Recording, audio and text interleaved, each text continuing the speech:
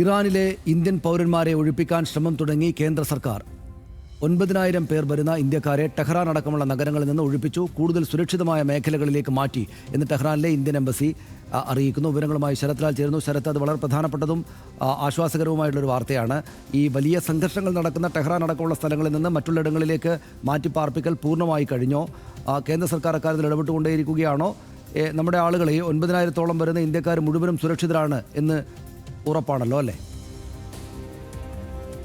അതുതന്നെയാണ് Indian embassy, ടെഹ്റാനിൽ Indian എംബസിയും കേന്ദ്ര വിദേശകാര്യ മന്ത്രാലയവും വ്യക്തമാക്കിയത്.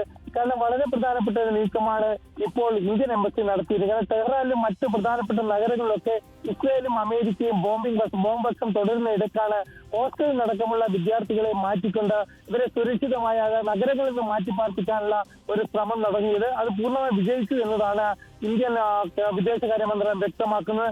ഇവരെ കരമാർഗം രാജ്യത്തിന് പുറത്തെത്തിച്ച് ഇന്ത്യയിലേക്ക് എത്തിക്കാനുള്ള ഒരു നടപടിക്രമങ്ങളാണ് ഇനി അടുത്തതായി നോക്കേണ്ടത്. ഏതായാലും ഇന്ത്യയിൽ നിന്നുള്ള ഏറ്റവും പ്രധാനപ്പെട്ടത് ജമ്മു കാശ്മീരിൽ നിന്നുള്ള വിദ്യാർത്ഥികളാണ്, മെഡിക്കൽ വിദ്യാർത്ഥികളാണ്. കേരളത്തിൽ അടക്കമുള്ള മെഡിക്കൽ വിദ്യാർത്ഥികൾ നേരത്തെ ഇറാനിൽ ഉണ്ടായിരുന്നു. എന്നാൽ നേരത്തെയുള്ള എംബസിയുടെ ഉപദേശം അനുസരിച്ച് ഇവരിൽ പലരും ഇന്ത്യയിൽ നിന്ന് ക്ഷമിക്കണം ഇറാനിൽ നിന്ന് ഇന്ത്യയിലേക്ക് തിരിച്ചു വന്നിട്ടുണ്ട്. ഏതായാലും റംസാൻ കാലമായതിനാൽ ഇന്ത്യൻ വിദ്യാർത്ഥികൾ നേരത്തെ തന്നെ ഇന്ത്യയിലേക്ക് തിരിച്ചു. അത് വലിയൊരു ആശ്വാസമാണ് മലയാളികളെ സംബന്ധിച്ചിടത്തോളം. മലയാളികളായ 3,200 പേർ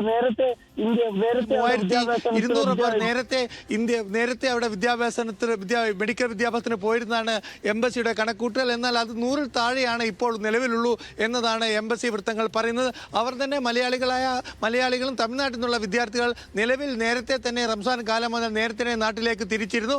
അതുകൊണ്ട് തന്നെ ഈ കാര്യത്തിൽ ഇപ്പോൾ അവിടെ ബാക്കിയുള്ള ജമ്മു കാശ്മീരിൽ നിന്നുള്ള 8,246 വിദ്യാർത്ഥികളുടെ കണക്കാണ് ഇപ്പോൾ ഇന്ത്യൻ എംബസിയിൽ.